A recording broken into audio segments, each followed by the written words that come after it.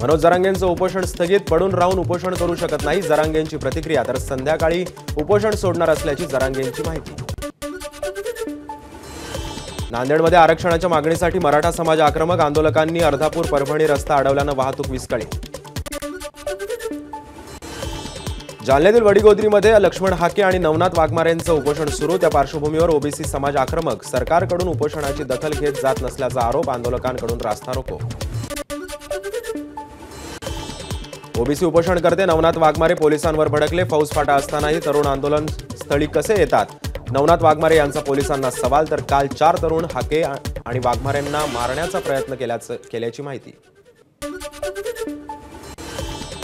हिंगोलीत नाना पटोलेंचे भावी मुख्यमंत्री असे बॅनर झळकले, काँग्रेस युवा जिल्हाध्यक्ष बालाजी कर्डिले यांनी लावले बॅनर।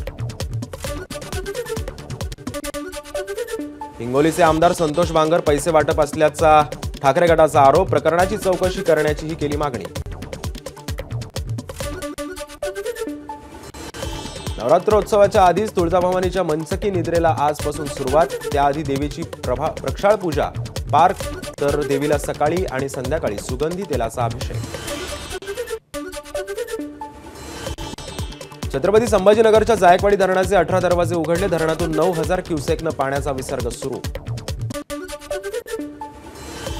मांजरा धरण 96% भरल्यानं 2 दरवाजे उघडले, मांजरा नदीपात्रात 1730 क्युसेक पाण्याचा विसर्ग, मांजरा नदी काठावरील नागरिकांना सतर्कतेचा इशारा।